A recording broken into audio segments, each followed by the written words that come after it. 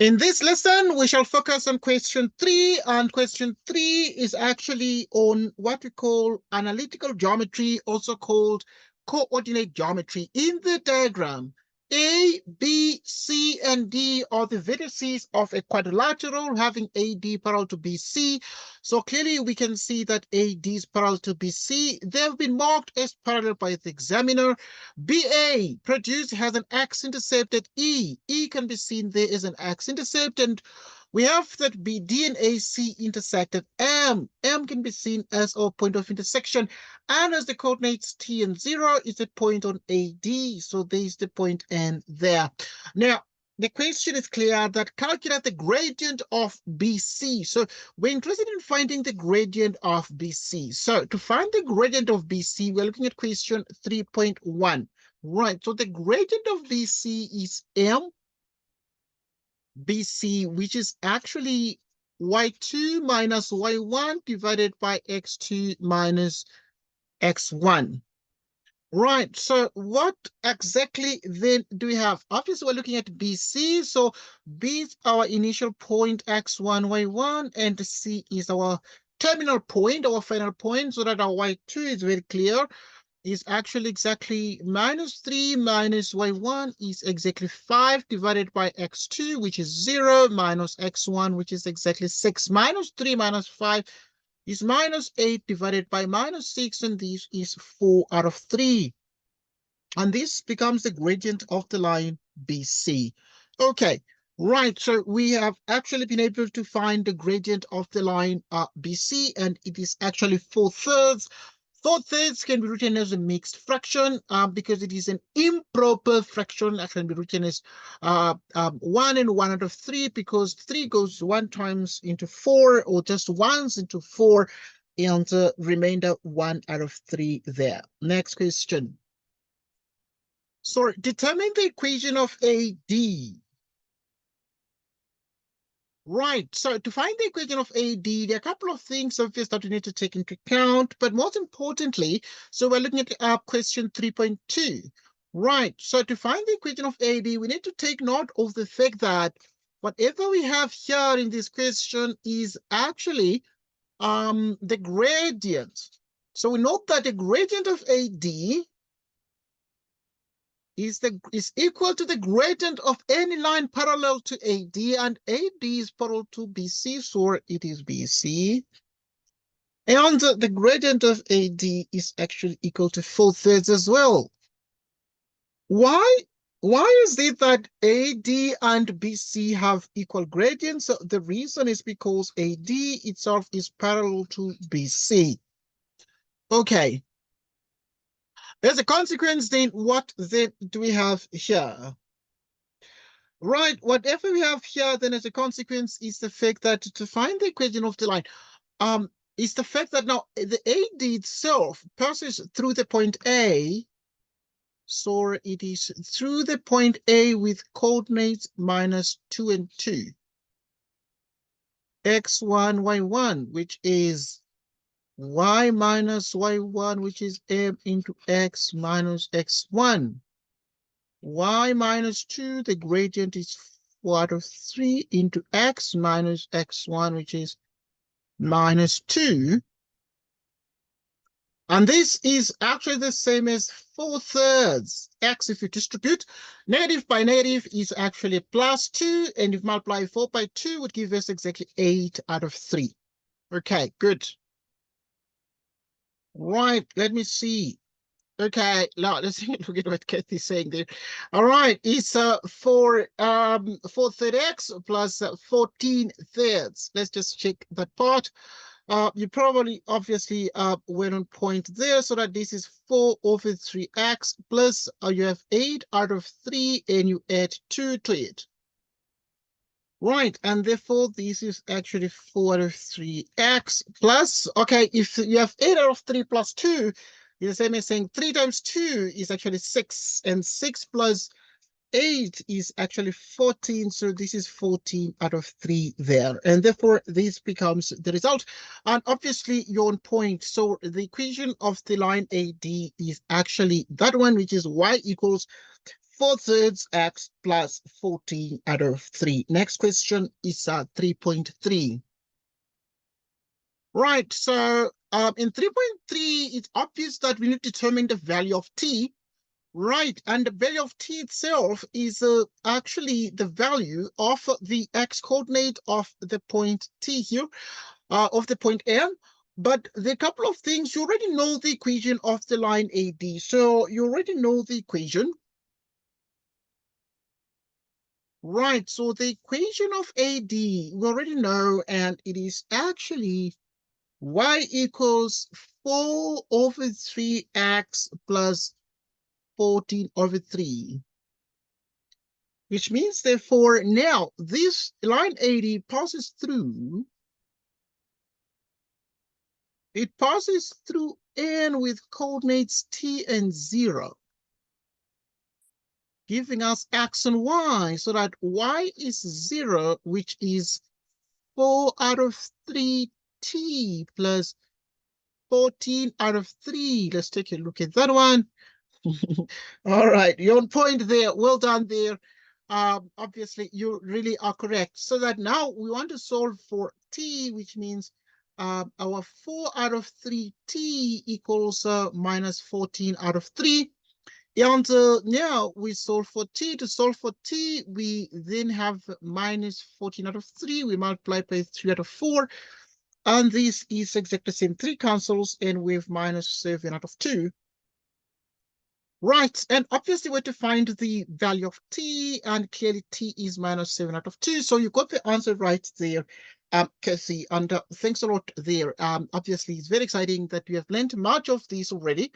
But obviously we are having an objective to master much of these as we go along. And the next question is question 2.4, because we just finished 3.3. Right, so let us look at that question there and be in a position to solve the next question. And we solve it as follows. Now calculate the length of AN.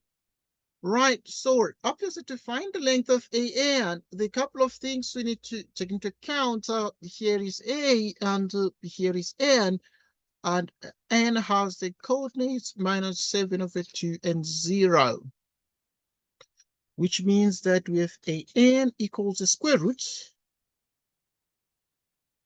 x2 minus x1 squared plus y2 minus y1 squared, which means that we have AN equals the square root. Right, obviously we're dealing with AN, so that A has the coordinates x1, y1, and N has the coordinates x2, y2. What is x2? Is actually minus 7/2, and x1 itself would be plus 2. So you would look at these and say it will be exactly the following. So it will be this one minus that one, which would be minus 2. You square these, and y2 is 0 minus y1, which is that squared, which means you have AN equals the square root of the following. Right, so this will give us exactly minus 7/2 plus 2. And we are able to obtain the following here. What are we able to get here? Right, we have this squared, and this is actually, if you have the minus 2 squared, it becomes a 4 there. Exactly. And let us do just a basic algebra. Right, doing basic algebraic manipulations. We have this one here, which is actually 4 minus 7 minus 3/2 squared plus 4. And now, which is 9/4 plus 4. So now we have 4 plus by 4, which is 16. Right, 4 by 4 is 16, and 16 plus 9 will give us 25/4. Right, and if we have 25/4, it is actually the same as the square root of 25 divided by the square root of 4. And what is this exactly? it is exactly the same as 5 out of 2. Right, so if this is the case, 5 out of 2 can be seen as that one, and it is that units because it is length, but you can also write it as 2.5 units, and because you know very well that 2 goes 2 times into 5, but remainder 1 out of 2, and the 1 out of 2 is a 0.5. Okay, so we have calculated the length of AN there. Then we continue right now to do the next question. And in doing the next question, we proceed as follows. Right, proceed as follows. Right, if DC is defined by the equation. So we have that DC is defined by the equation, which is 3/8. 3/8 of x minus 3. Okay, that is DC is defined by this equation. Determine the coordinates of D. All right, so to determine the coordinates of D, we proceed as follows. Right, the couple of ways obviously we can use to find the coordinates of D. Right, and now we are dealing with actually 3.5. But you already know the equation of the line AD. What did you get the equation of AD to be? Right, we got the equation of AD to be the following. Right, yes, you equate the two equations. Well done, Kathy there. So we equate the two equations. And if we do that, because we've already got the equation of the line AD, which is actually 4/3 x plus 14 out of 3. Okay, right that one? Okay, so this one is 4/3 x plus 14 out of 3. Okay, these are two equations, and if this is defined by this, determine the coordinates of D. All right, so the coordinate of D would be obtained by considering the simultaneous equations. So first you have the equation. Right, we have the equation of AD. And the equation of AD is y equals 4/3 x plus 14 out of 3. And you have the equation. Right, the equation of DC. Right, so the equation of DC is given. Y, which is 3 out of 8, x minus 3. Y equals y at D. Right, and D itself is a point of intersection. It's a point of intersection.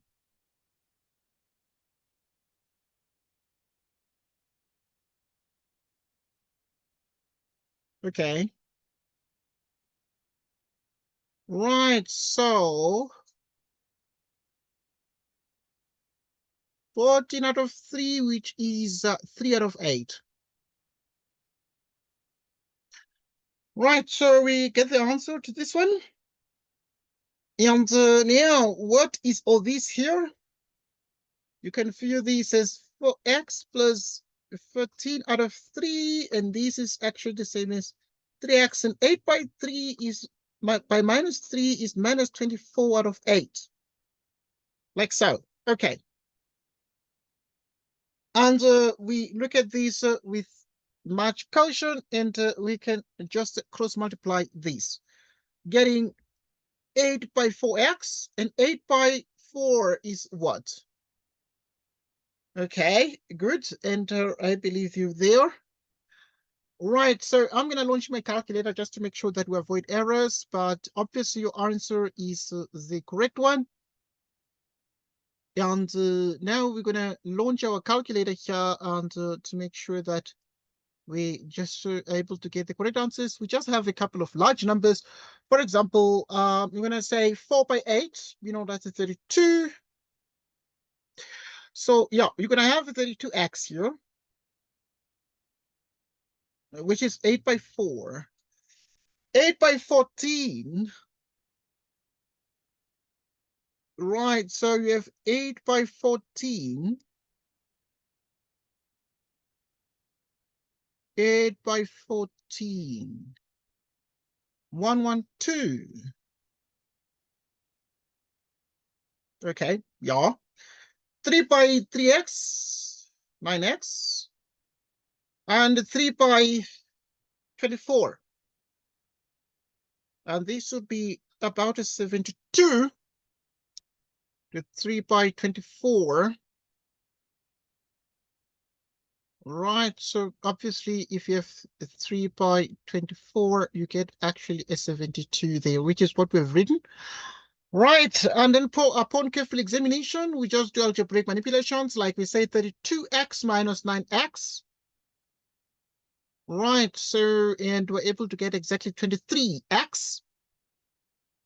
Right, so these would give us exactly 23x equals. Then you have minus 72, and we bring across 112, and it will actually obviously be able to give us the correct answer. If you have that part, which is minus 72 minus 112, which is minus 184. Good. Minus 184.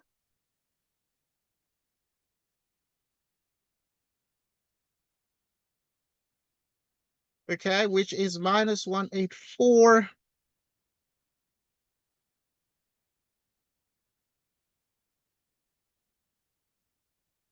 Right, so we perform further division.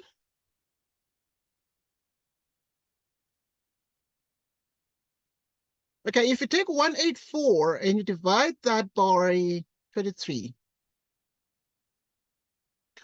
you get actually 8, but yeah, it's negative, so well done to you. Getting 8 equals x equal to minus 8. Okay, so we got that x equals minus 8 at the point D, but we need to determine the coordinates of D, so we must find y as well. And we shall use the other equation, this one here, because you need to note that at this point, this is actually 8 out of 3. So that y is 3 out of 8x minus 3. And x is minus 8. Cancel this and you have minus 3, which is minus 6. Let's look at the coordinates of D. X is minus 8 and y is minus 6.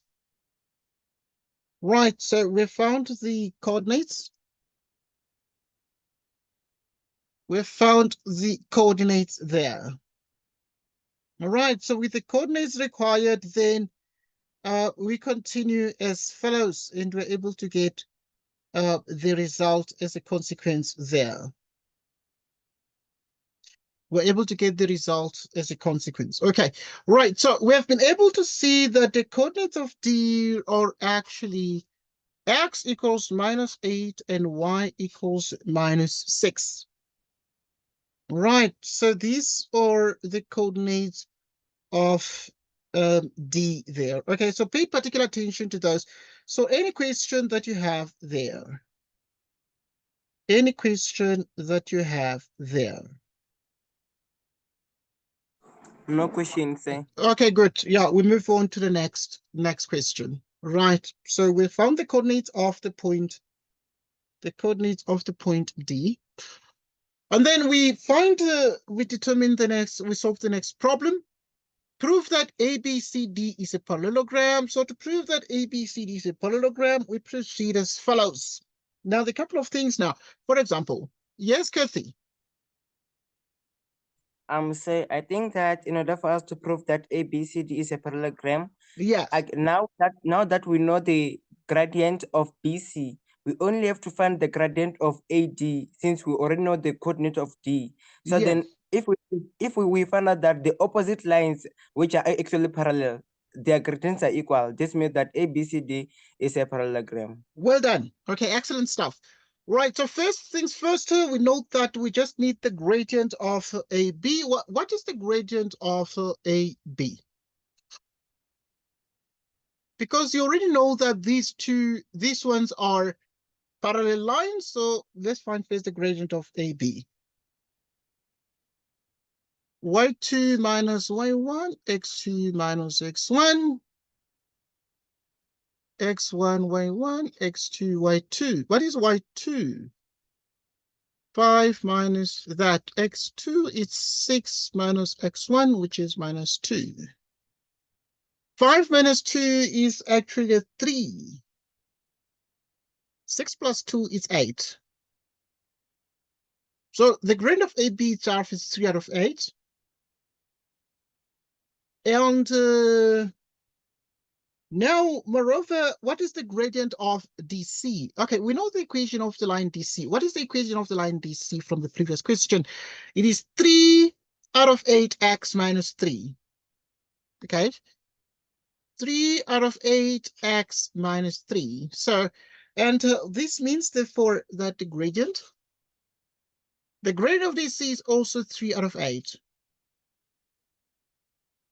And this means, therefore, that the gradient of AB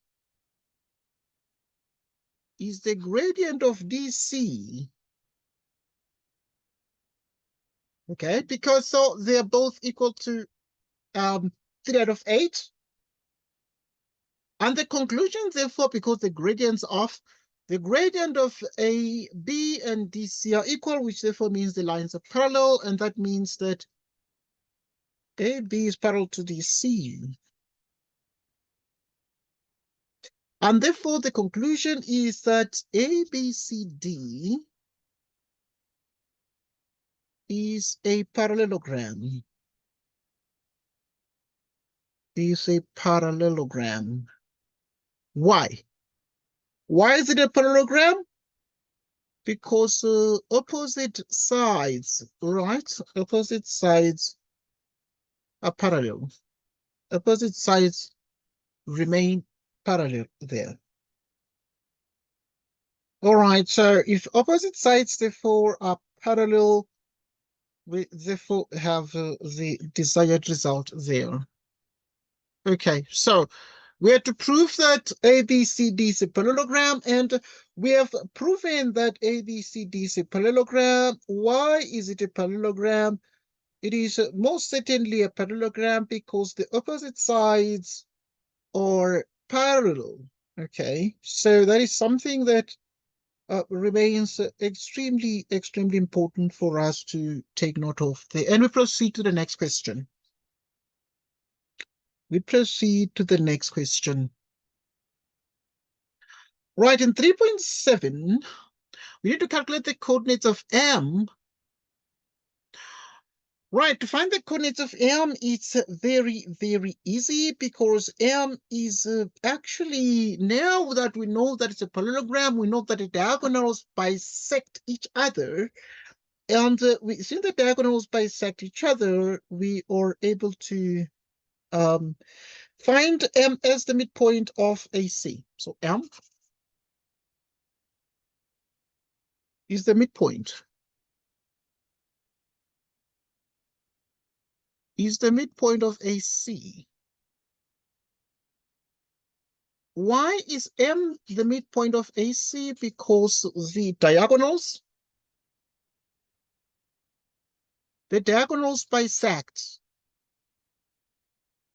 bisect each other.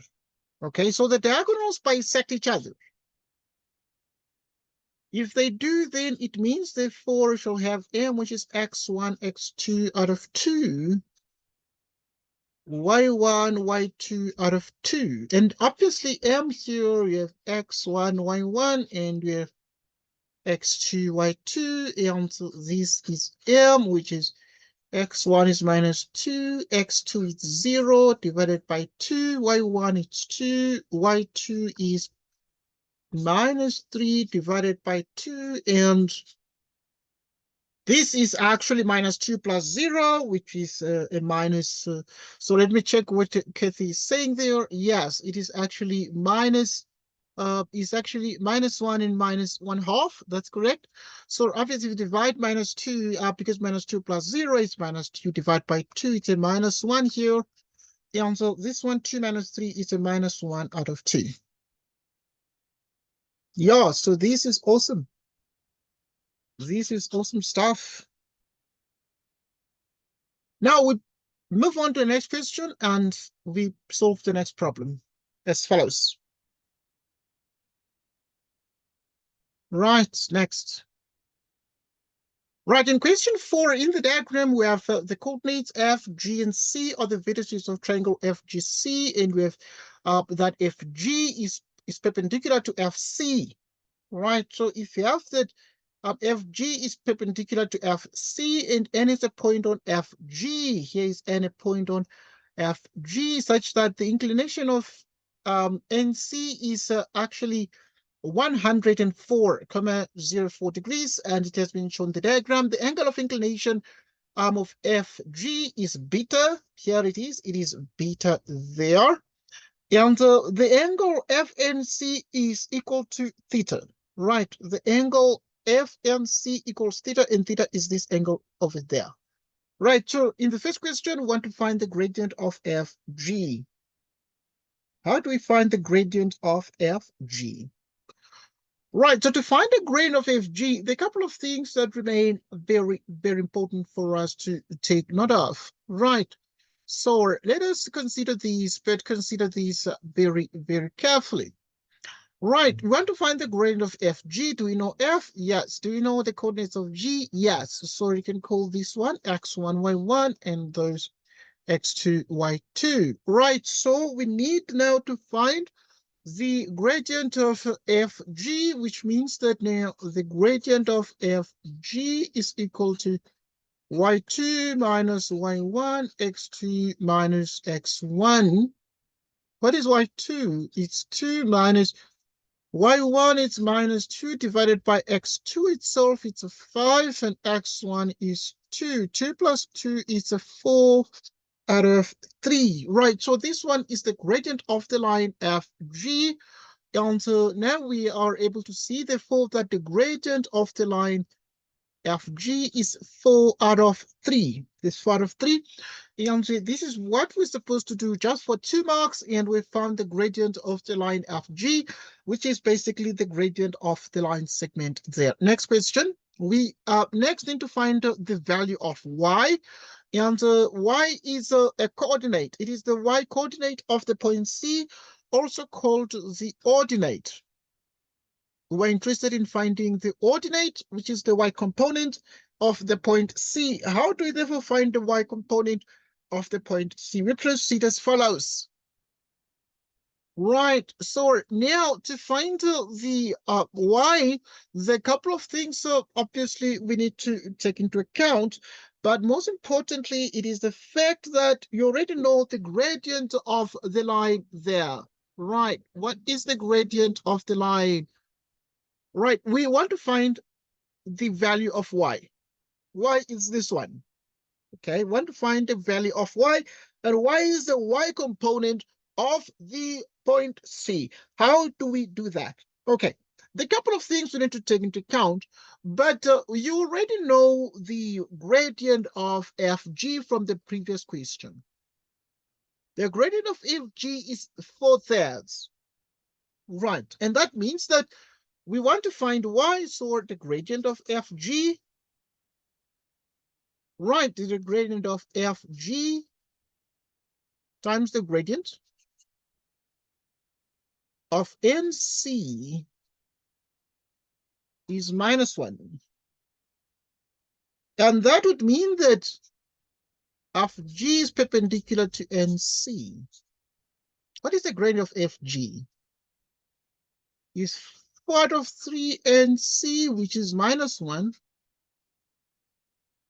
which means that we have the gradient of NC, so you take the reciprocal, and this is going to be -4 out of 3, like that. And this means, therefore, at this point, we note that we can be able to find the gradient of the line. Right, so if this is the case, and we already know the coordinates there. Right, so what else then can we do to find because you already know that. Yes, Kathy. Okay, yeah, all right, what do you think we can do?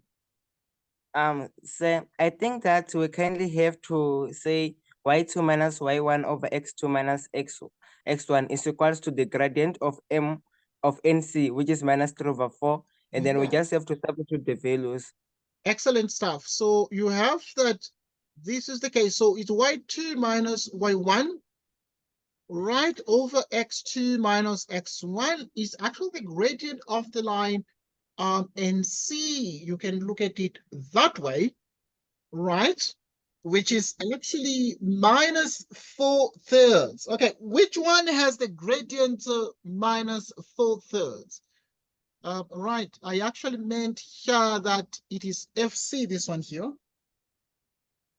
I actually meant that it is FC, just one sec.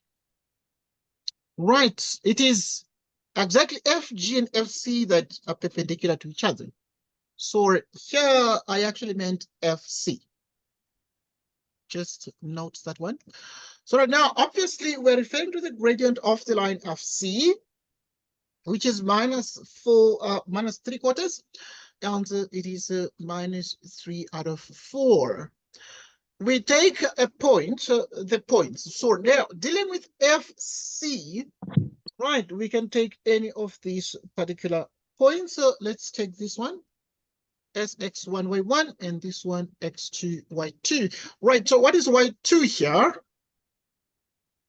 Right, so you got that y itself is a minus 5. So that is the correct answer. You really are correct there. So you see that our y2 here is equal to what? And our y1 is equal to what?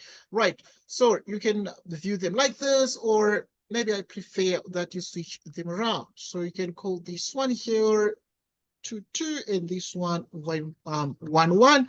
So if you call this one y1 and the x1, y1, and call these x2, y2, doesn't really matter. You have that kind of choice and freedom. So that y2 itself is a y, and the y1 is a minus 2, x2 is a 6, and x1 is 2, and this is minus 3/4. Okay, 6 minus 2 is a 4, minus 3/4. Right, so at this point, you cross multiply 4 by y. 4 by 2 is 8. 4 by 3, 4 by minus 3 is actually minus 12.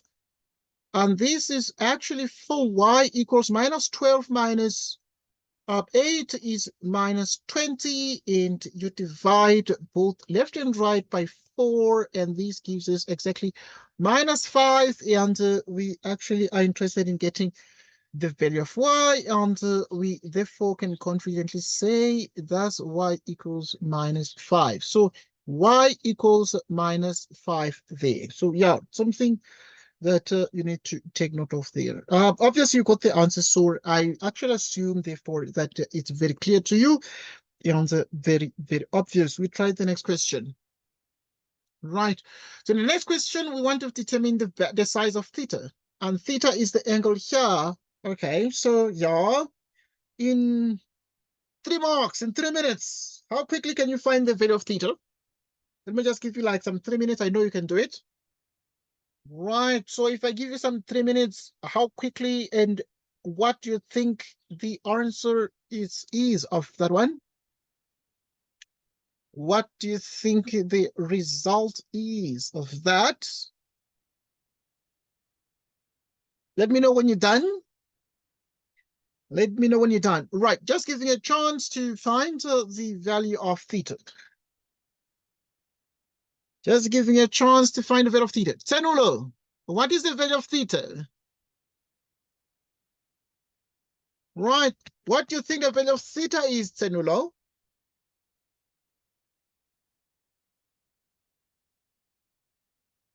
Tsenulo, what do you think the value of theta is? Let me calculate it.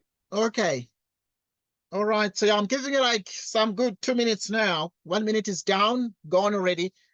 Try, please, and give us the answer. Then we shall do the corrections together just now. Yeah, the rest of the guys also try. Kathy and the crew, please try as well. And I have a couple of students here. I also have Chantel. So try Chantel as well. And Senulo, please try. Right, and give me the answer. I want to see who's going to get the correct answer, and then we shall do the corrections together. When interested in finding the actual numerical value of the size of theta,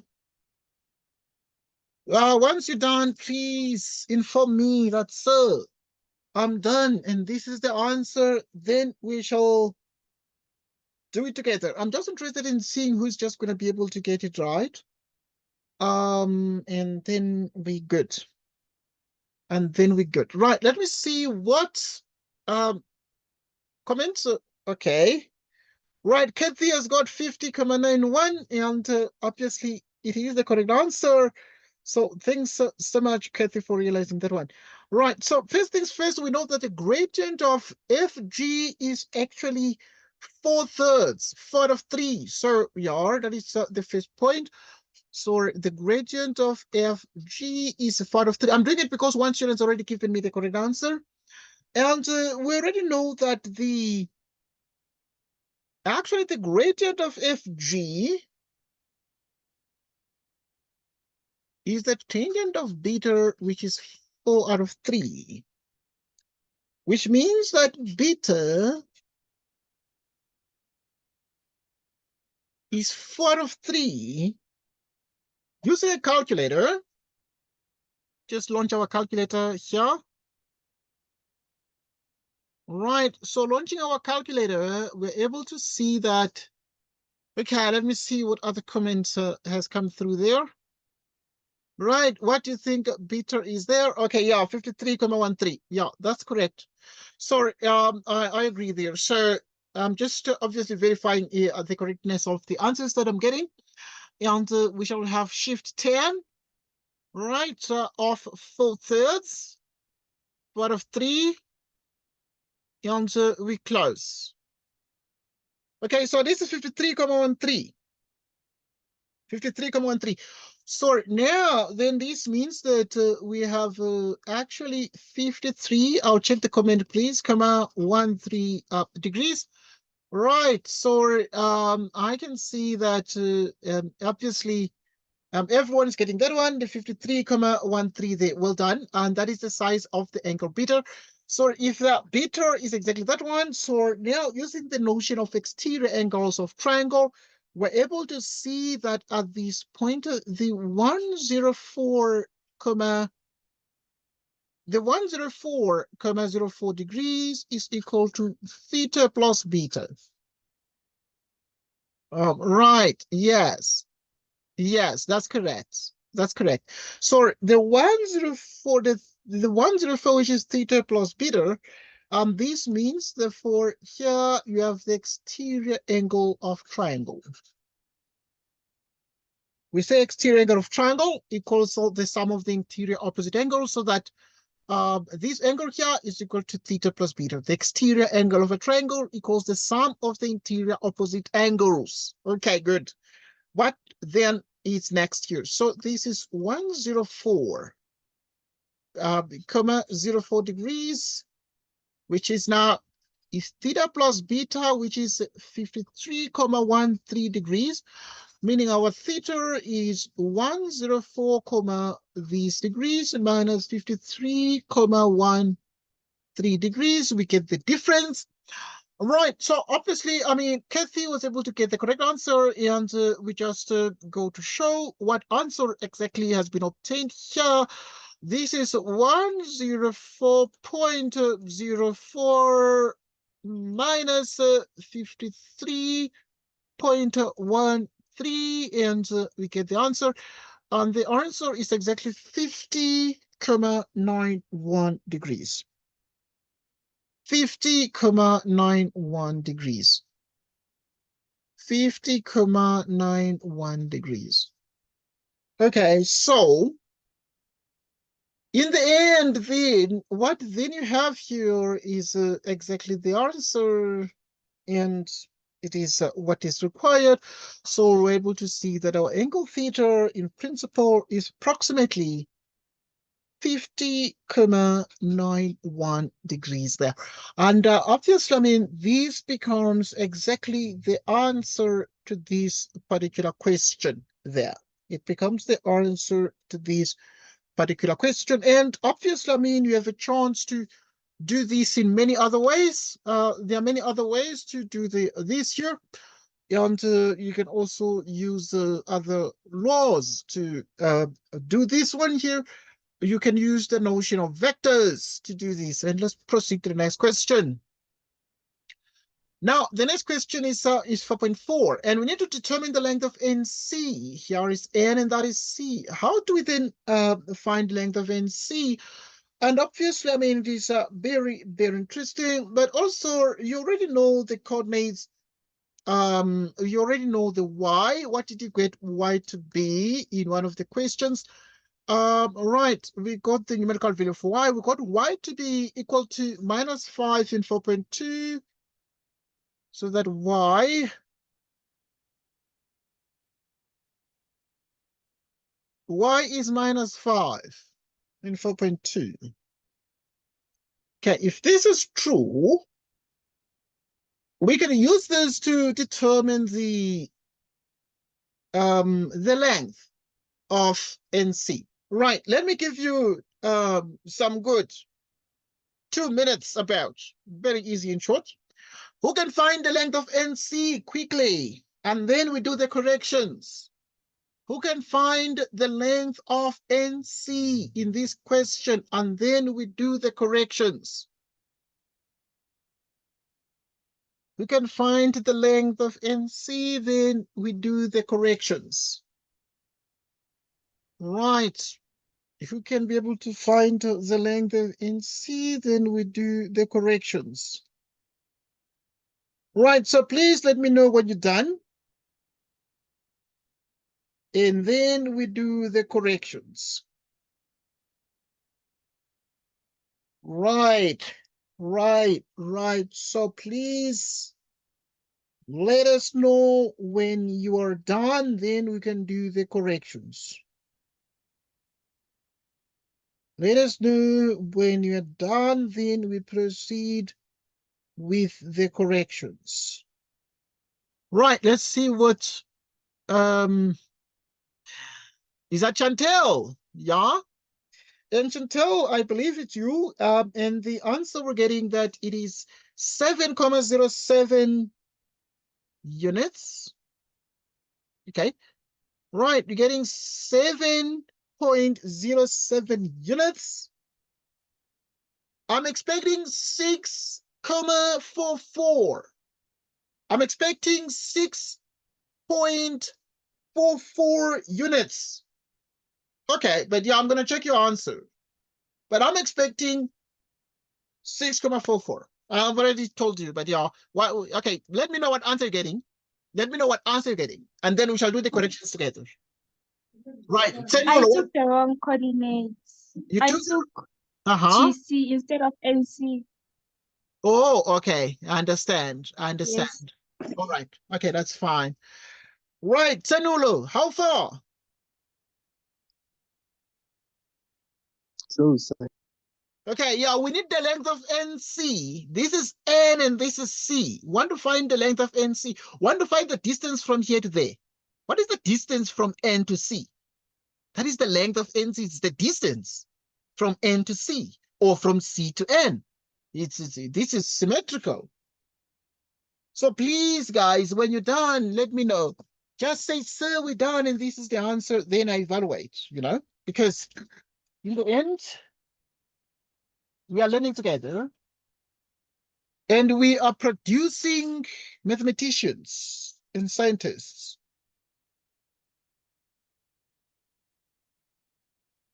We are producing mathematicians and scientists. Right. Good.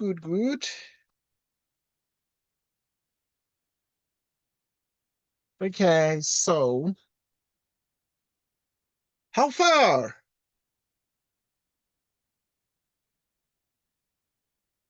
Kathy, what's the answer? What answer are you getting, Kathy? Almost done, sir. Okay, fine, thanks. Okay, I'm just teasing you and then we shall do it together. You know, we shall do the corrections, but I want to see what you think the answer is, what the length of NC is. Then you share with me that maybe you think the length of NC is 1 billion, or it's 1 million, it's 1 trillion, it's 1,000. I want to know what it is, you know, and then we shall do the corrections together. We shall do the corrections together. We shall do the corrections together.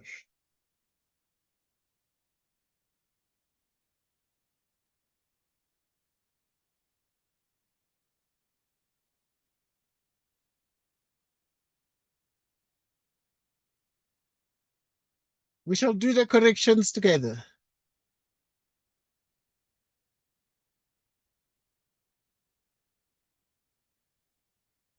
We shall do the corrections together. Tenulo, it's way too long now. How far?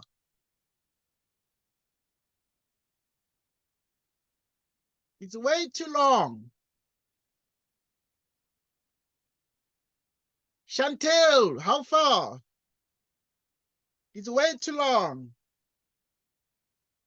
This is just a small test to see how well you guys can do.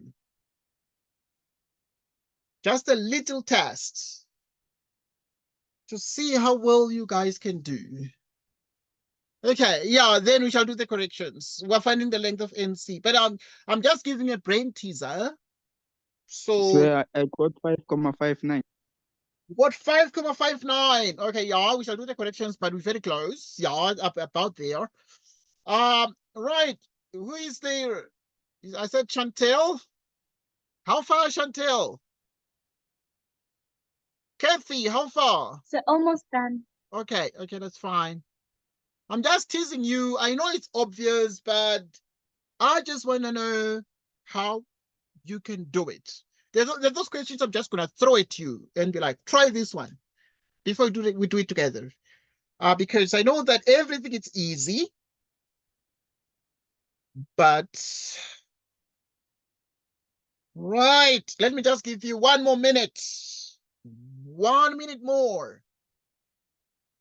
Only 1 minute more. 1 minute more. Only 1 minute more.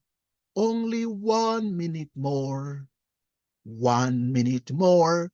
Only 1 minute more. Only 1 minute more. 1 minute more.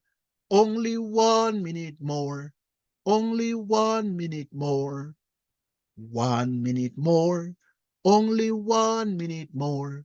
Only 1 minute more. 1 minute more. Only 1 minute more.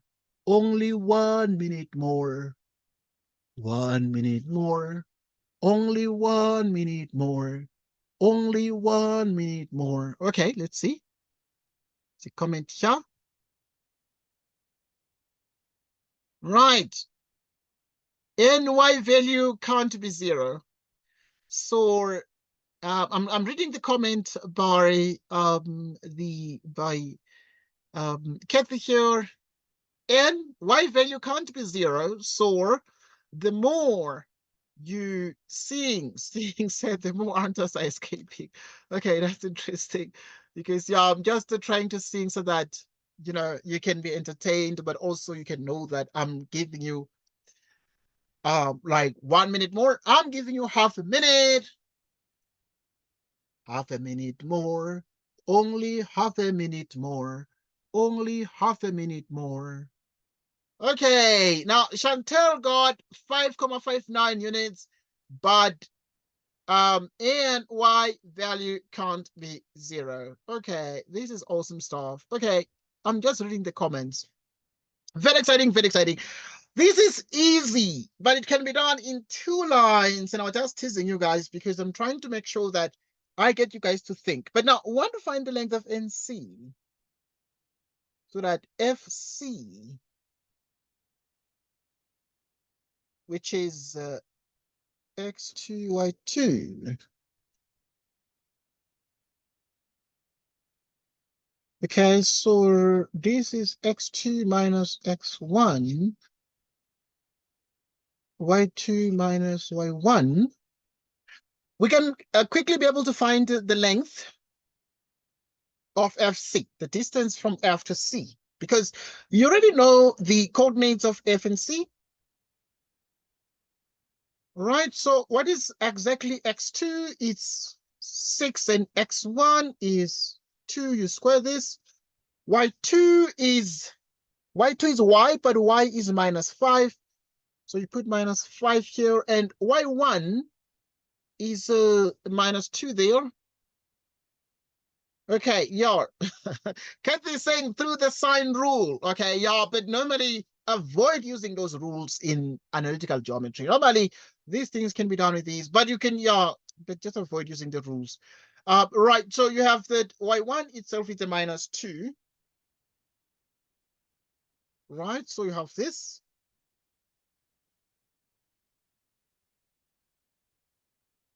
Okay, 6 minus 3 to 4. You square that, you have 16 plus. Minus 5 plus 2. It's a minus 3. You square, it's a 9. And then now you have 16 plus 9, which is actually 25, which is 5 units. 5 units. Okay, so you then need to find the length of NC. Now, if we know already that FC is 5 units, and then now we can work in the triangle. So we can tell the examiner, that means the examiner, we're going to work in triangle NFC. Okay, meaning the sine of theta. The sine of theta is then the same as what? It's like the opposite over the hypotenuse. Opposite. Now, if you look at the triangle NFC, the opposite would be FC. The hypotenuse would be NC. Meaning the sine of theta equals the FC is already 5. The NC is what we want. Now, we want to find NC, right? Yes, Kathy has already given the correct answer. So want to find NC, we sort of cross multiply here so that your NC would sit up here, and then you have the following. So you have 5 over sine theta, which is 5 divided by the sine of theta. Okay. Remember that we got theta. What was the angle theta? We got theta to be 50,91 degrees. So in the place of theta, because we know that theta is 50,91 degrees. So this is actually 50.91 degrees. Okay, yeah. Right, so you have the screen. Now, this is what we get. So you need 5 divided by the sine of 50.91, and then we close. And this is 6.442, etc. So it's 6.44 to 2 decimal places. Right, so we get exactly 6. 6.44 units.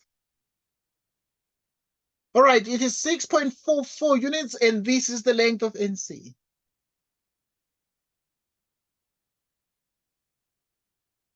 Right, so now it is the length of NC, which is 6.44 units. What is the length of NC? 6.44 units.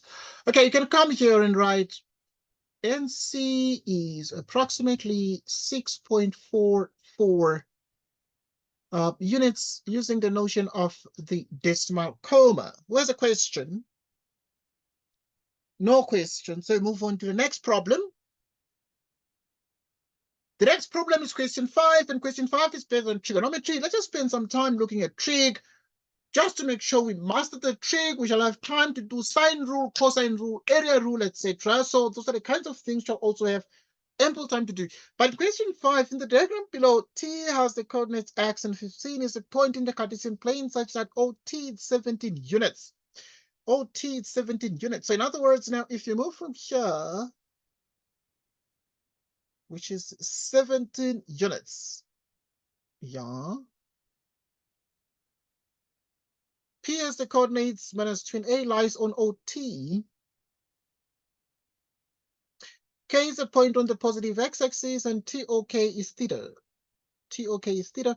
Determine with the aid of the diagram the following the value of x. Okay, for 2 marks, I'm giving you like 1 minute. Who can find the value of x quickly? What is x? Who can find the value of x? Anybody home? What is the value of x? Let me know when you're done quickly. What is the value of x? Right, who is done?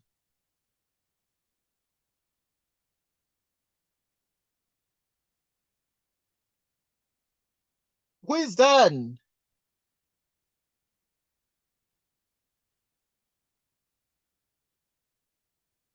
Who is done?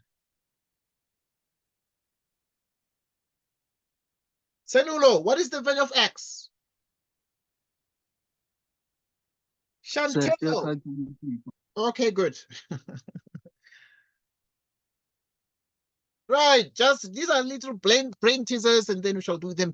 I'm just giving a chance to practice as we go along, so that you don't just. Okay, let's see what the comment is saying on the charts.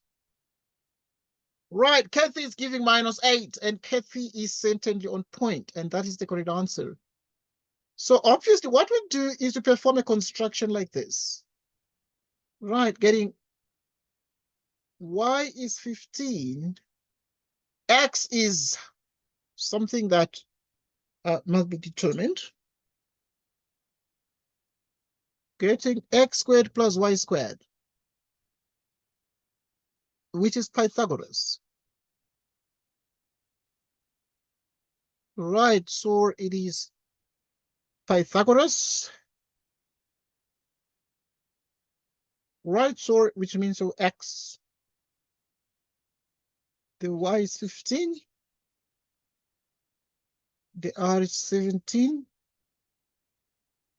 which means x squared is 17 squared minus 15 squared. And if we have x squared here, then this means that x is plus or minus the square root of 17 squared, 15 squared. The square root of x squared gives us x, and now you just need to find the square root of this guy, the square root of the right-hand side, and let us do the right-hand side. So this would be 17 squared minus 15 squared.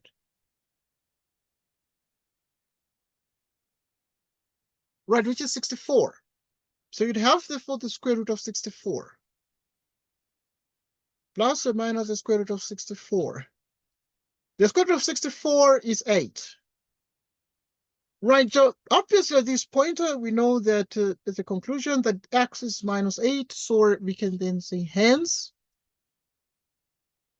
x is -8 because it is on the negative side here, and therefore x is only -8. Right, please gear up and buckle up. Buckle up for the next question. It's a practice question. Right, in the next question, we're saying determine with the aid of the diagram the following: the tangent of theta. The tangent of theta. Who can find the tangent of theta? 1 mark, just 1 minute. Quickly, please. Tell us what the tangent of theta is, and then we shall do it together. What is the tangent of theta?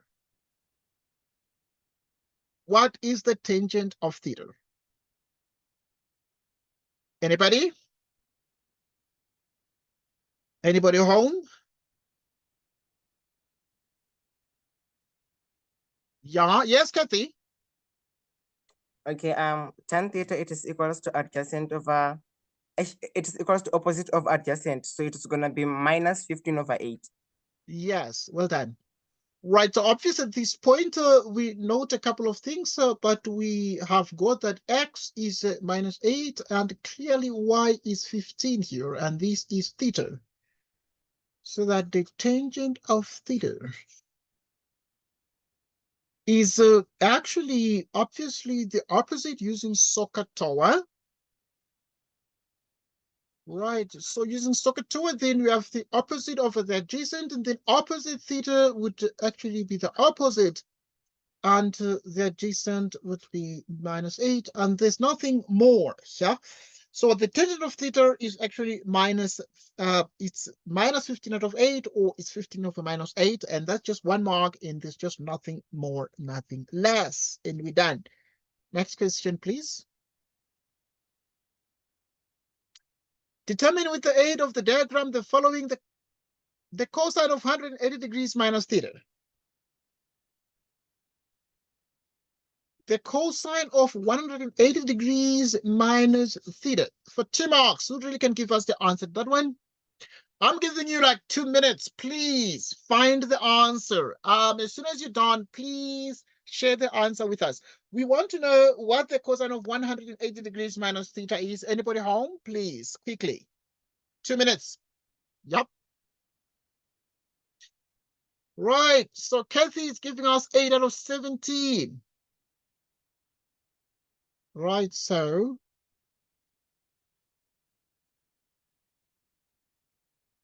obviously, first things first, we take a note of the fact that the rest of this angle here, okay, there are many ways to do that, but yeah, the easiest way is to say in which quadrant is 180 degrees minus theta, which translates to the second quadrant in which the cosine is negative, and this gives us a negative cosine theta, and out of this we use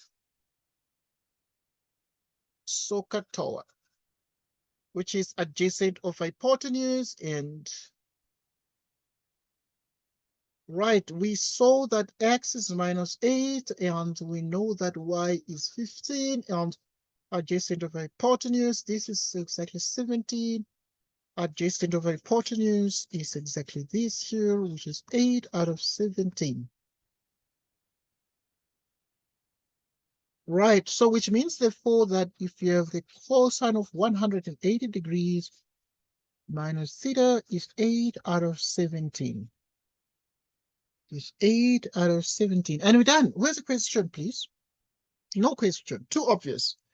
Let's tackle the next one. The next question.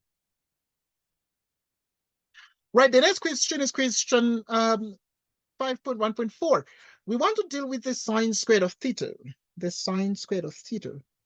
Right, who can really find the sine squared of theta? Share the answer, please, quickly. The sine squared of theta. Who knows? The sine squared of theta. 2 marks. If you know by chance, please share the answer with us.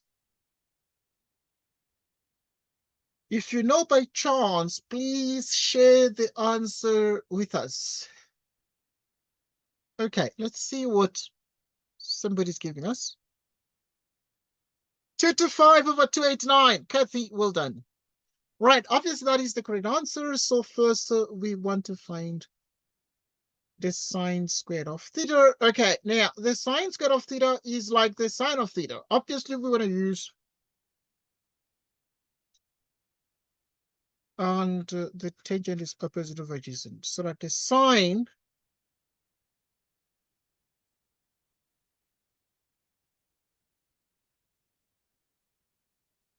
okay, so yeah, at this point the sine becomes the opposite of the hypotenuse.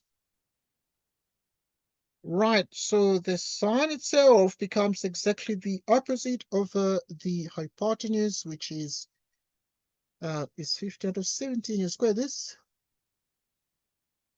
You square this, 2 to 5 divided by 289. And this becomes the answer. Right, so 2 to 5 over 289. Okay, and this is the answer to question. So sine squared is 2 to 5 over 289. For 2 marks, we're done there. Let us proceed to try the next question. We need to determine the value of A. We need to determine the value of A. This is the A. 3 marks is the value of A. Right, so let's find the value of A. Who can find the value of A, please? Quickly, I'm giving you like 1 minute, quickly, please. And then you share the answer, then we shall do it together. Then we shall do it together. The value of A. Please let me know when you're done. Please let me know when you're done. Please let me know when you're done.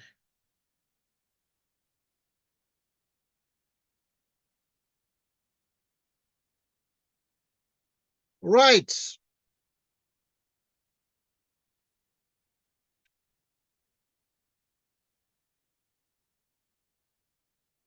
Okay.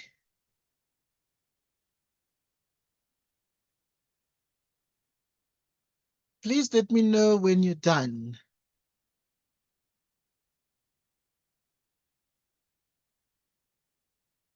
Right.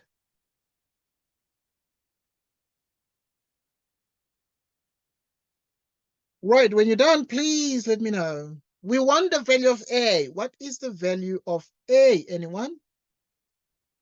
Anyone home?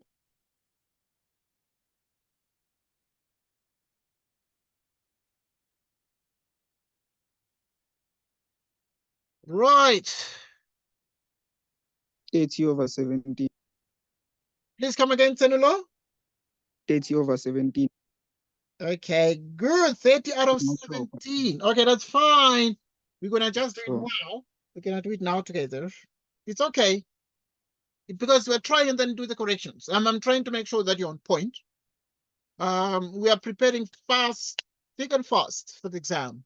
We need to make sure that the exam, when it comes, we're ready for the exam, so we're not like lagging behind. So this is important. This is very, very important. This is very, very important. So please let us know what the answer is. Right, Kathy thinks it is 15 out of 4. Let's do the corrections. Easy. We shall start by saying here, because we can do it twice. So this triangle we can draw like this. And we know that x is minus 8. And then we know that y is 15.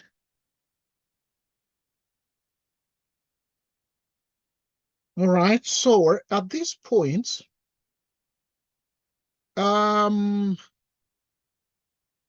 we come here. This is x.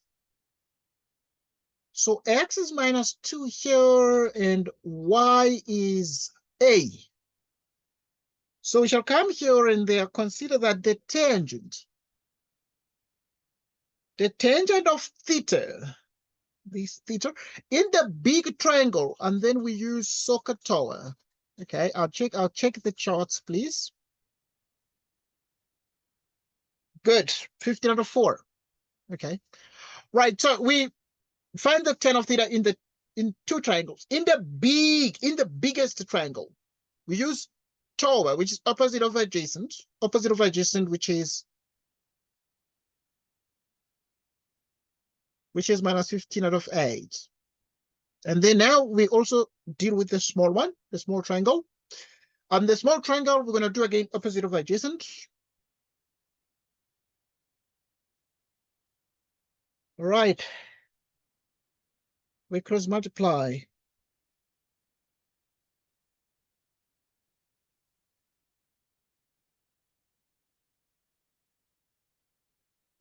So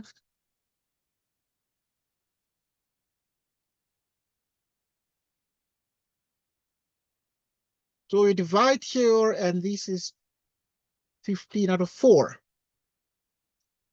Right, we simplify here. I mean, if you simplify this, it becomes exactly 15 out of 4. And this is the answer, okay? Because 2 goes 4 times into 8, giving us 15 out of 4. So A is 15 out of 4.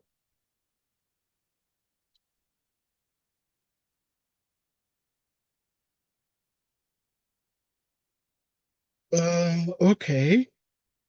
That is the answer. Where's the question, please? Where's the question? Where's the question?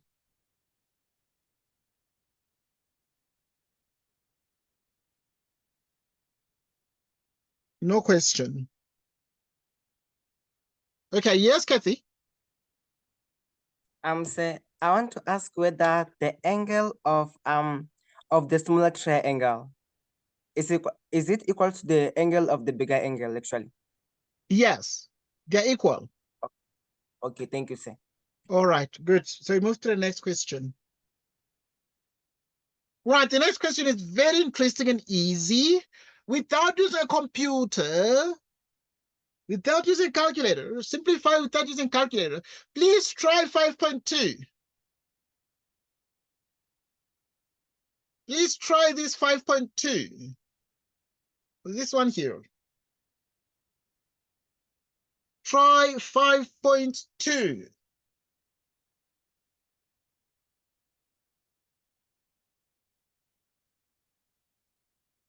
Try 5.2.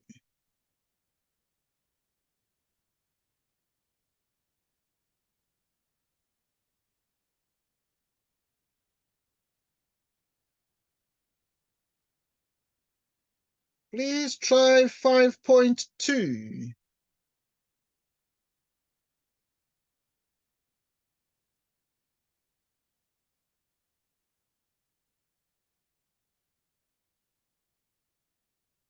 Please try 5.2.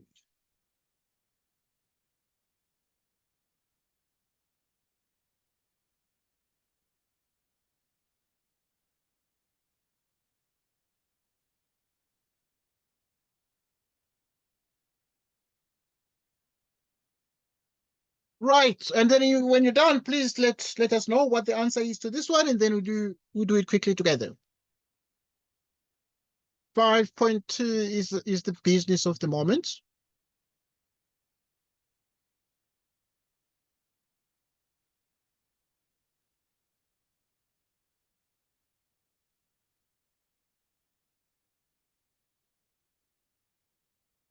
Right, who's done? Almost done, sir. Okay, quickly, please. Quickly.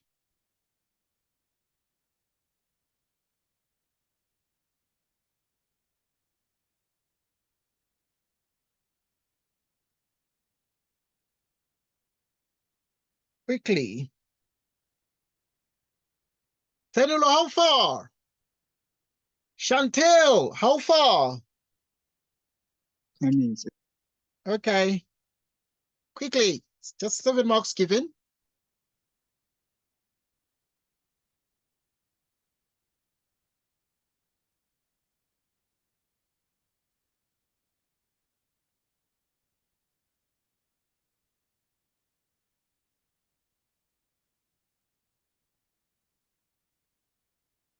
Right. Okay, let's admit. Wait, let's just admit the student here. Right, so we have more learning to do.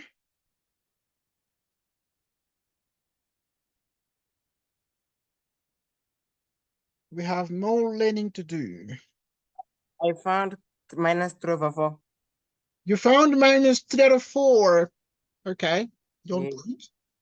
You're on point because if you look very carefully, we actually will deal with the sine of 120, which is 180 degrees minus 60. 180 degrees plus 30.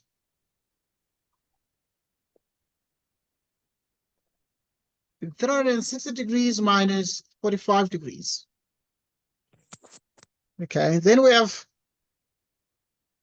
the good, yeah, the minus 304 is correct. Right, so you can write here, for example, cosine 27 degrees and leave it like that. Which would be the sine. The 63 degrees is the same as 90 degrees minus 27 degrees, that is 63. The 540 is 360 degrees plus 180 degrees. Okay, like so.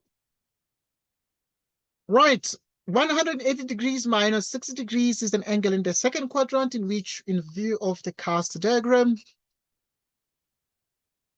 right, so we have 180 degrees minus 180 degrees plus 180 degrees minus, if this is the first, the second, the third, the fourth quadrant, so 180 degrees minus is in the second quadrant, in which the sign is positive, so that becomes the sine of 60 degrees, and 180 degrees plus is in the third quadrant, in which the cosine is negative. Okay, and then 360 minus is in the fourth quadrant, because you have 360 degrees minus, you have 360 degrees plus as an angle in the first quadrant, so 360 degrees minus is in the fourth quadrant, in which the cosine is actually, in which the tangent is negative, so that's minus the tangent of 45 degrees. Okay.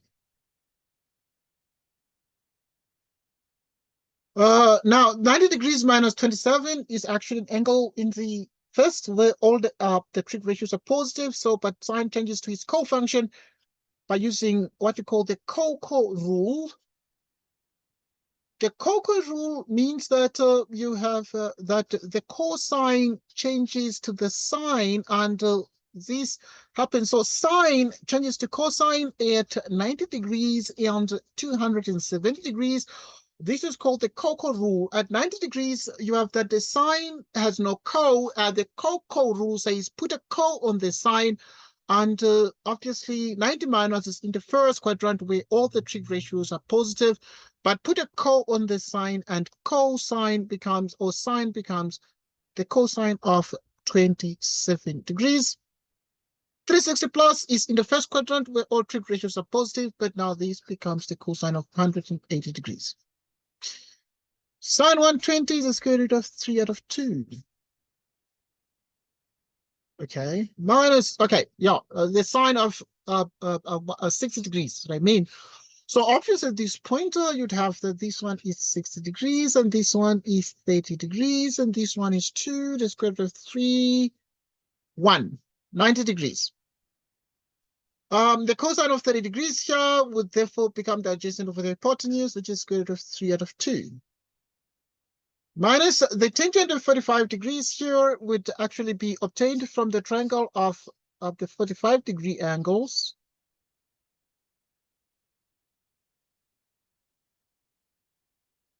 Uh, 45, which is opposite of adjacent.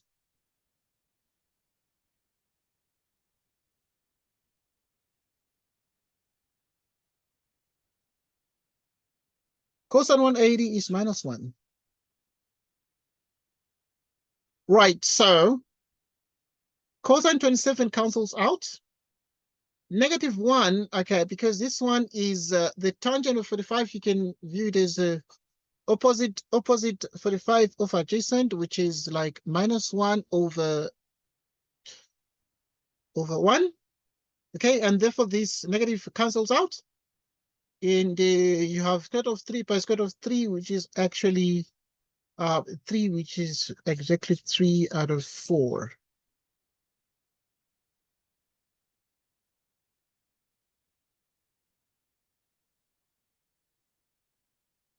Right, so simplify that is in calculator, and we got the answer right now. Yes, please, Kathy, what's your question?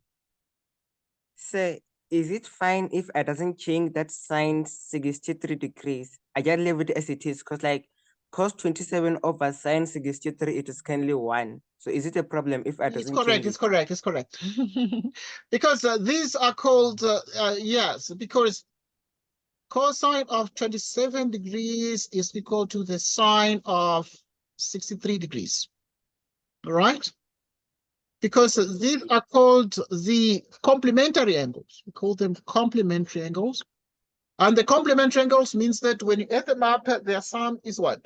It's actually 90 degrees. So because they're complementary angles, then they're equal to each other. So you can leave these, and these you can just cancel them out. Because you can, as you said already, like cosine 27, you can note that whenever you have cosine 27 after the sine of 63 degrees, is actually the same as 1. Okay. Okay, thank you, sir. Okay, good.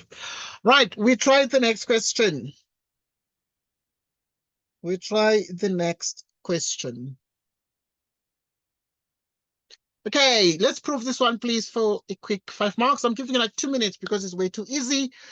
When you're done, please let me know. When you're done, please let me know. All right, when you're done, please let me know.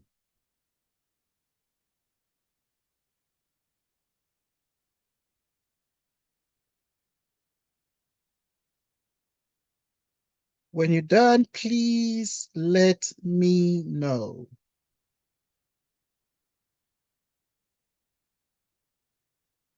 Okay?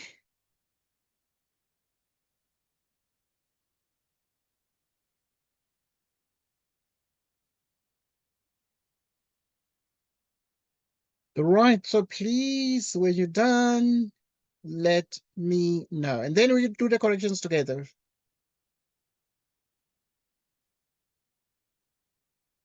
Quickly. We don't have lots of time. Quickly. We don't have lots of time. We don't have lots of time.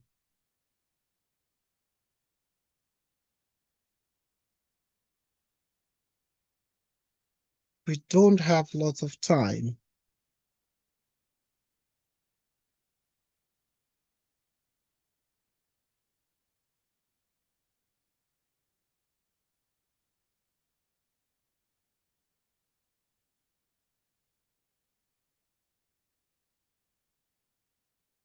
Okay, Yar, please let me know when you're done. Please let me know when you're done.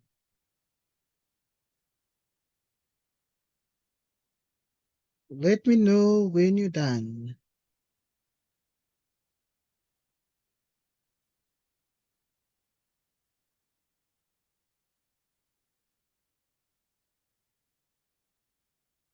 Let me know when you're done.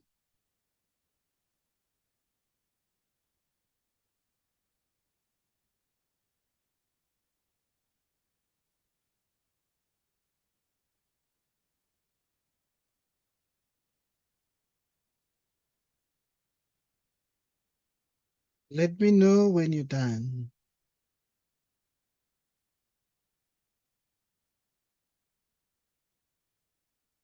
Okay, what's difficult, guys? Please quickly.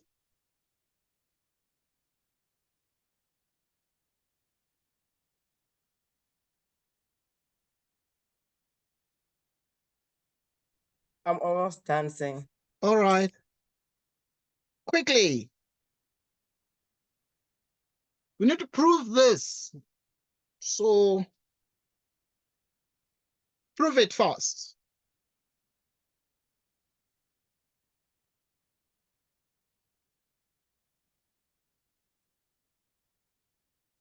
You prove the identity.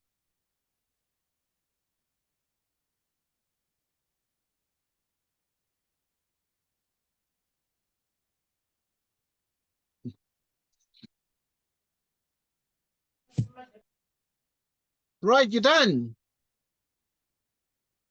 Okay, to prove an identity, you take one side and produce the other. So we shall let the left-hand side. Okay, you choose the most complicated side and try to simplify it to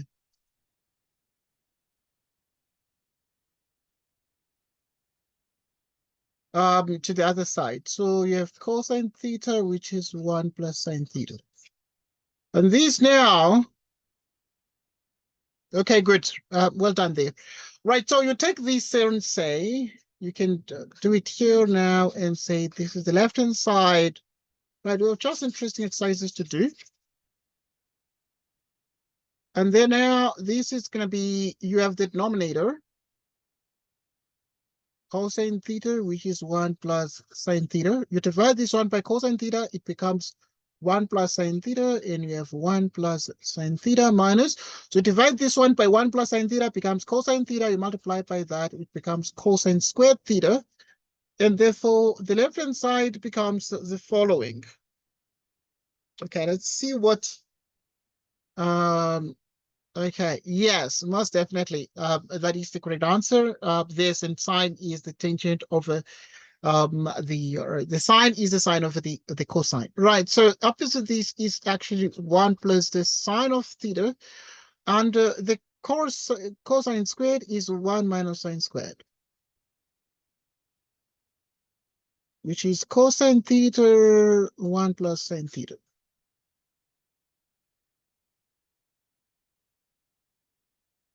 Which is 1 plus sine theta minus 1 plus sine squared theta.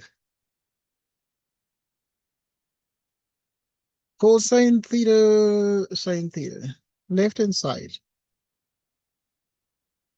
1 minus 1, and then we're left with sine theta, sine squared theta divided by cosine theta, 1 plus sine theta. Sine theta, okay, let's check what Kathy is saying. Okay, that's fine. That's okay, that's a she there. All right, so in the end, then you have sine theta, which is obviously the common factor here, and you have 1 plus sine theta divided by cosine theta into 1 plus sine theta. Okay, so the 1 plus sine theta cancels out, and this becomes sine theta over cosine theta, which is tan theta, which is the right-hand side. Okay, so this is the answer. And therefore, in the end, then you have that the left-hand side equals the right-hand side, and therefore it is the answer that we have. So in the conclusion, therefore, is that the left-hand side is equal to the right-hand side, and the identity, therefore, is true. Now, what's the question on this one? Who doesn't understand something, please let us know so that we can try to explain if there's a problem. We can try to explain if there is a problem. And try to explain if there is a problem. No question. In the absence of a question, we move to the next thing. We just had to prove that the left-hand side equals the right-hand side. So we had to prove that given the left, we can manipulate it to get the right-hand side. And we've just done that exactly. So let us move to the next point. In the next question, we need to find 5.4.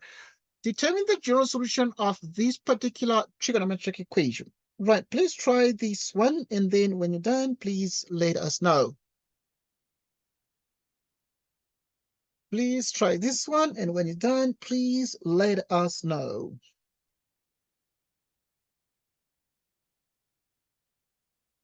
Try this one, please. When you're done, please let us know. Okay. Try this one. When you're done, please let us know. We need the general solution of this one. What is it? What is the general solution? See, the minute you're done with it, please let us know.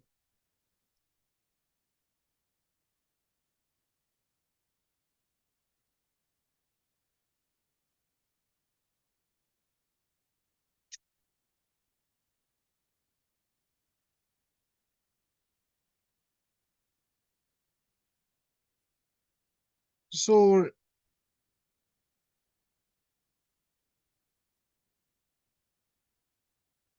please let us know.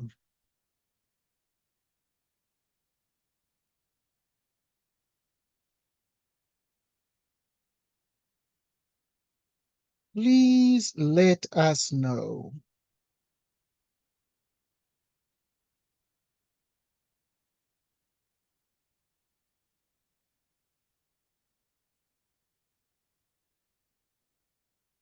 Okay, yeah, that's correct, Kathy. That is supposed to be sort of the first step. Yeah, that's fine. And then what is the answer? Next. Sanulo, how far? Sanulo left.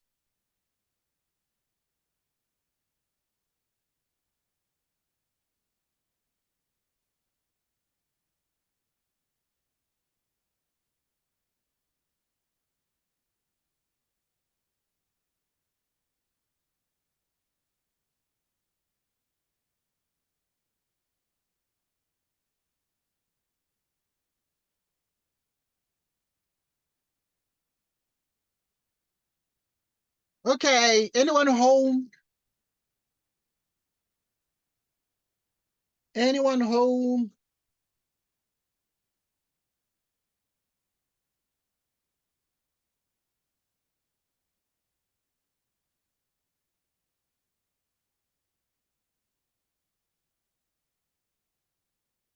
Anyone home?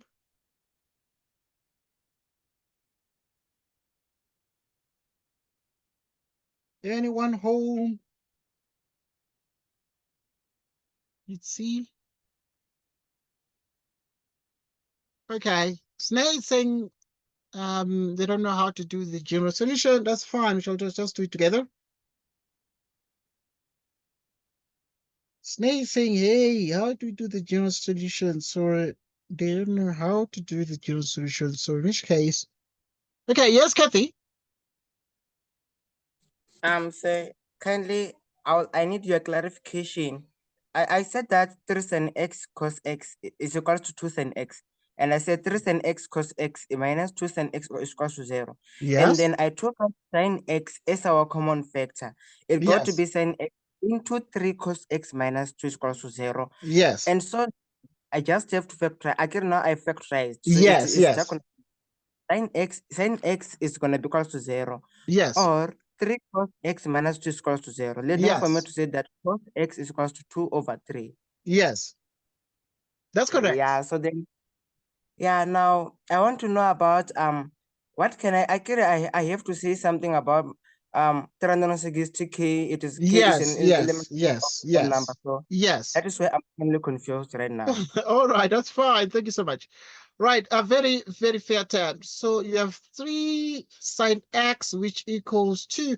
The tangent of x becomes exactly sine x divided by cosine x. Okay, so at this point, we cross multiply and it becomes exactly 3 sine x cosine x. Let me just write it closer to the margin of the screen. We need to just create a bit more space here because it's going to be a little bit more steps. Right, we note that we're given 3 sine x, which equals 2 tan x, which is 2 sine x cosine x, which is 3 sine x cosine x, which is 2 sine x. And this can be written as 3 sine x cosine x, 2 sine x equals 0. We take out sine x so that it becomes 3 cosine x minus 2 equals 0. And this means sine x is 0 or cosine x equals 2 out of 3. Okay. And therefore now we're able to get what we call the reference angles. So now we have the reference angle, which is obviously arcsine naught. And at this point, the reference angle is actually exactly 0 degrees. Or at this point now, you need to find the reference angle, which is arc cosine of 2/3. And the reference angle of arc cosine of 2/3 will be given by, going back to the screen toolbar. Okay, now here you then have, okay, let's see what you think there. It's, yeah, it is potentially that one there. But it's just to verify together that if you have shift cosine 2/3, which is that one. So we expect this one to actually become 48,189. So it's, yeah, 48,19. So which means that the reference angle is 48,19 degrees. Right, so at this point, if you use these diagrams like that, or use this, okay, look at the cast rule and pay attention to it. This is a positive. So positive means all are positive here, and the cosine is positive there, meaning you have angles that are there. Okay, so a couple of things here. This one, when is the sign 0? The sign is 0 here, and there it is at 0 degrees, 180 degrees, but also at 360 degrees, which means that x is actually exactly 0 degrees plus 360 degrees by k, where k is an element of the set of integers. So we start with the 0 degrees, but also 180 degrees plus 300 plus 360 degrees by k, where k is an element of the set of integers. So yeah, we have the 0 degrees and the 180 degrees. Okay, so this is true. Or now we come to this part here. We have the angle there and the angle there. And this, if this one is, they're of the same size, but like opposite directions. So we have that x is therefore plus or minus. Okay, at cosine, we always have a plus or minus solution. So plus or minus 48,19 degrees plus 360 degrees by k, where k is an element of the set of integers. So this is the case for x is plus or minus 48,19 degrees plus 360 degrees by k, where k is an element of z.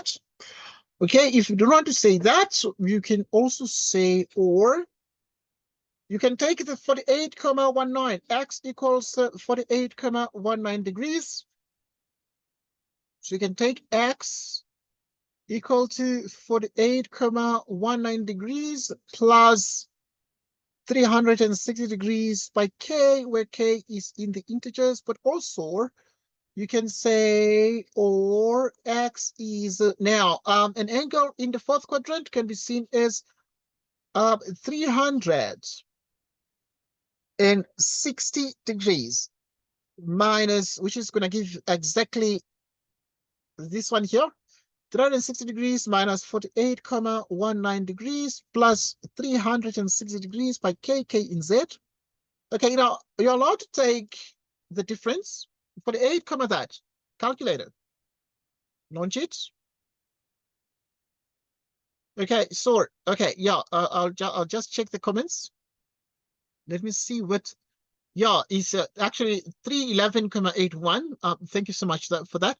So obviously we're expecting that answer. So if you have 360 degrees minus 48,19 degrees, which is exactly 311,81 degrees, which is exactly 311,81 degrees plus 360 degrees by k, where k is an element of z. Okay, so yeah, we have these particular answers there. All right, so we've solved this particular question. Yes, Kathy. Sir, kindly, I would like you to repeat. Okay, look, they said actually they said sin x it is equals to 0, right? So Yes. and then I found out that my sign it is kindly positive, and it is positive on the second quadrant and on the first quadrant. So on the second quadrant, it says 180 minus x. So I'm supposed to say 180 minus 0. Then Yes. it's gonna be 180 Yes. multiplied by 300 plus 360k, k is an element of a real number. Why Yeah. don't I just say, okay, why aren't we supposed to say kindly 180 plus 180 multiplied by 180k? I meant to say 180 plus 180k, k is an element of a real number. Okay. Why don't we say plus 180 degrees times k? Yes. Yeah, well, because of the period. The period of y equals sine x in terms of the graphs Oh, yeah. is actually 360 degrees. Okay, because the period of the sine is 360 degrees, that is why we add multiples of 360, you know.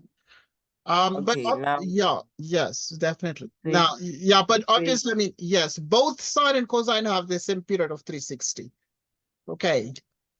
okay, say what if my sine x or let me just say I found out that the reference angle of sine x it is currently maybe I found out that it is currently negative. Yes. I know I know I must write it as a positive, but I found out that I found out that it is gonna be sine x it is equals to -2, and then when I kindly shift the sign, I Yes. found out that it is positive 2 doesn't exist. Let me just say I found out that kindly it is sine sigist arc sine Yes. sigist. Okay, so can you please say any angle which kindly when I say x sine it will kindly not give me a mass error. Okay, yeah, we can. For instance, like sine x equals 1/2 or sine x equals 1. Okay, thank you. I Or used one. negative. You can put -1. Okay, you can do. So let's say they said sine x is equals to -1/2. Yes. And so my reference angle for sure it is gonna be 30 degrees. Yes, it's going to be 30 degrees. Half, positive half. So, Yes. what must I write actually when I'm referring about the 360k is an element of a real number? You must, yeah, you like saw. What is the reference angle here for this one? 30 The degrees. reference angle is going to be 30 degrees. Okay. Yes. So now, then you're going to say x equals, because this is negative, the negative angle. So you go to the cast diagram and look at the quadrants where the sign is negative. Right, so it is negative in the third and the fourth because all are positive in the first and the second. So obviously you're going to use your reference angle, then you're going to come and say x is, now because you are in the third quadrant, you're going to say 180 degrees plus 30. Okay. Plus now, because then you put 360 degrees by k. K in z. All right, so which means 180 plus, which is 210 degrees plus 360 degrees by k in z. So at this point, then you continue now, you do the next thing here. In this one, which is 360 degrees minus 30 degrees, yeah, 360 degrees by k in z. So obviously you're going to have also 360 minus 30 for the angle in the fourth quadrant, which would be 330 degrees. Okay, thank you. Yes, okay, good. Yeah, so we have that sorted. Right, this is quite a very interesting discussion up to now. I know we can do tons of questions. The next question should have been on graphs and trigonometric functions, but obviously we just have 5 minutes before the stoppage time. We're doing pretty well, and I think that it's what we have done. It's enough for now. And we shall obviously continue then with our discussions. But I want to make mention of the following in the last 5 minutes of our discussion for the students who are new here. Now, there are a couple of things. I'm actually now on WhatsApp. on our system, right, on WhatsApp. WhatsApp is this one here, and I can see the solutions by Kathy that were attempted. Right, so this is nothing other than our winter school program. Right, so this is the winter school camp 2024. Very exciting winter school camp. I'm informing people that from tomorrow, 17th June to 10th of July 2024, this year that is, we shall be doing lots of classes from 8 a.m., 8 to 10, 12 to 2. If a student is busy at that time, the classes take place for 24 hours because we say online tutoring classes 24/7. You just let me know whenever you're going to be free. Is because you might be playing soccer in the morning, you might play soccer in the afternoon, but because the schools are closed, we're taking advantage of that, and we're then saying the math, the physics, and the mathematical literacy will receive great attention, and we would be giving now. These lessons are 2-hour lessons. Like now, we started at 4. Ordinarily, we stop at 6, and it's 3 minutes before that. So now they're 2 hours long. And I know that now these classes are mostly for both university students and also for the grade R to 12 learners, Zoom learning, online learning 24/7, express online classes. We call these classes the express online classes. Now, ordinarily, the registration fee, I'm just letting you know so that you can know, because, yeah, when we come to the winter school program, students will have to somehow join the program. The registration fee is $250, but we're going to be having a structured program, and we shall be doing the whole curriculum for term 3, term 4 from tomorrow. Term 3, term 4. So we're going to be doing the things you don't know, the things for term 3, the things for term 4, right? So that when the schools reopen, you are ready to, you understand, you know, you are already done with term 3, term 4, then you just revise at school. So the registration fee is $250, but also not only that, we shall be doing that, but it also be going through past exam papers to make sure that you understand how to answer past exam questions on the term 3, term 4 work, but not only term 3, term 4 work, but you also have a chance to recap on the rest of the provincial exams that appeared this June. Okay, now the registration fee, 250 Rand is the registration fee, 750 Rand per subject, 2 hours per lesson. Our bank name is Capitec Bank, and the account number is actually 17258367775. Okay, now this kind of information is on the WhatsApp group. So yeah, you think about it, you know, you tell your guardian there at home, and now perhaps they can. Yeah, our cell phone number is 082 +2782044871, and the mathmaster.sun@gmail. This has to be gmail.com. It is our very exciting winter school camp. Every day at 8 in the morning, there is a math class. Math 8 to 10. I'm yet to send you the schedule on the thing, on the WhatsApp group. 8 to 10 is math, you rest, you take a break. 12 to 2, it's science. Every day, math, science, math, science, math, science until the schools reopen. If you are busy at 8, it's no problem. The recordings will be available. The lessons are recorded. Even this discussion I'm having with you is a recorded discussion. And because it's a recorded discussion, I'm going to send you the video of everything we did together. You will hear yourself discussing. You'll hear your suggestions, suggested answers and things like that. But obviously, yeah, these are our program by what you call the Express online classes. Right, so yeah, a couple of other things appearing there. So please take note of that. And this is very, very important for you, because the students would deal with, they score hundreds. Right, so they score hundreds. I want to show you some marks. Okay, I'm on WhatsApp. This is our status on WhatsApp on this number. Right, the winter school program. One of our students got 100% in physics. Here it is, 100% in physics. So we are very strong in mathematics and physics. but obviously we offer a wide range of other subjects as well. Right, and this is, we offer our mathematics, applied math, physics. Okay, because some people will be thinking it's only math, but it's mathematics, it's applied mathematics, it is technical math, it's physics, it's chemistry, statistics, assignment assistance, homework assistance, exam preparation, research coaching. 750 ordinarily is for 4 lessons, because normally when the schools are closed, we do our lessons in the evenings or on weekends, depending on when the students are free. Okay.